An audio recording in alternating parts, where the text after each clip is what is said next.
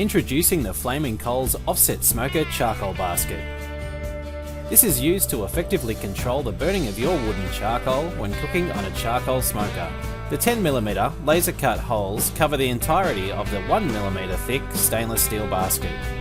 This allows the air to be pulled into the smoker box to flow around and through the charcoal before moving through to the cooking chamber, creating an even burn and stable temperatures. To use, simply fill 2/3 of the basket with charcoal, add some flavoured wood chunks through the basket, light some charcoal separately, add the charcoal to the basket when ready, and away you go. This is the charcoal basket after about 3.5 hours. This basket is suited to the Flaming Coals Texas offset smoker, as well as a wide range of other offset smokers. Each side of the basket measures 25 centimetres, so it can handle up to 5 to 6 kilos of briquettes or charcoal.